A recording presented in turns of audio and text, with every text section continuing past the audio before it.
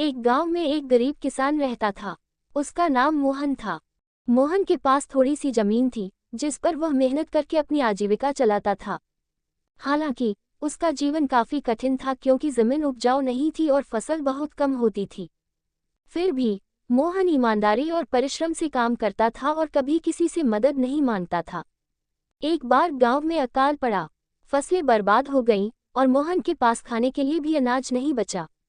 उसे चिंता सताने लगी कि वह अपने परिवार का पेट कैसे भरेगा।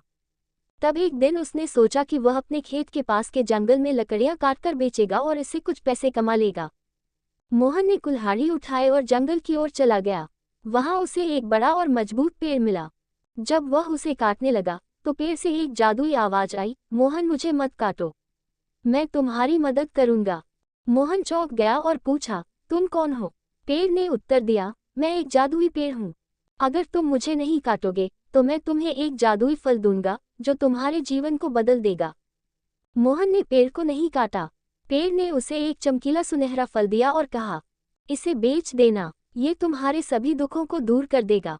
मोहन ने उस फल को बाजार में बेचा और उससे बहुत सारे पैसे मिले। उसने उस पैसे से अपने खेत को सुधारने के लिए बीज और खाद खरीदी। धीरे धीरे उसकी मेहनत रंग लाई और उसकी फसलें लहलहा उठीं। मोहन ने अपनी ईमानदारी और मेहनत से अपनी जिंदगी को बेहतर बनाया।